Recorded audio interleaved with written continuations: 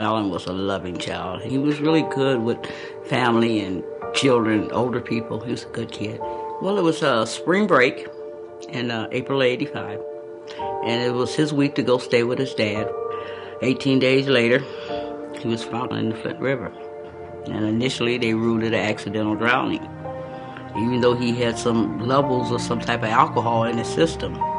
I started fighting right then, asking him, how did this get in him? I knew it was foul play from the moment I found out he was dead. And I wasn't going to quit till I got justice for him. Detective Pires, he's a godsend. He was the first person to listen to me, and right away he said it was murder. And he would prove it, and he did. He looked at the file and he found this name. So he calls me one day and he says, "Who's Kathy?" I said, "I don't know who Kathy is." So I think I better find who this Kathy is.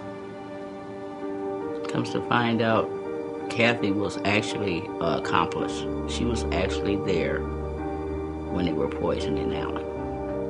And he found Kathy. She was in North Carolina, and he found her. And she told him the story. What happened on April the 12th? Well, she tells us that Alan was brought to the house by Rosalind, and he was in a state where he couldn't walk. He needed assistance. And he was brought in and put in a back bedroom.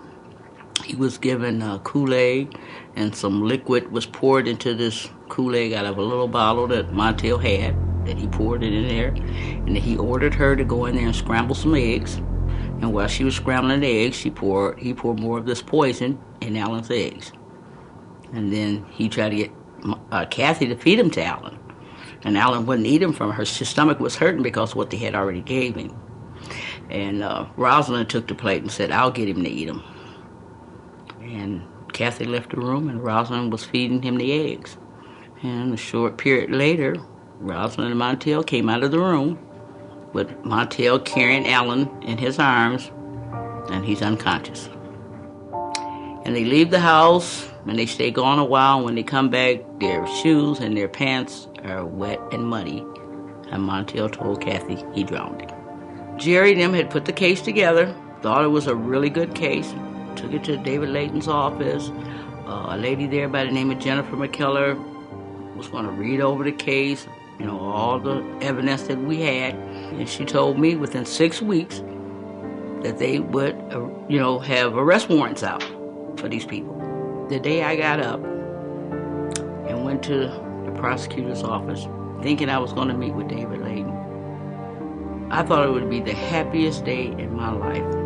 I was going to hear the words that I've been waiting for over 20 years, that warrants were going to be issued for the people that murdered my son. I'm thinking, I'm finally getting at the end of this road. I'm finally going to get some justice for Alan. To be told, no. Well, once we got to the Attorney General's office, they took the same information that David Leyton's office had and got 2 first-degree convictions. These people are now in prison for the rest of their lives. And now I sleep easy.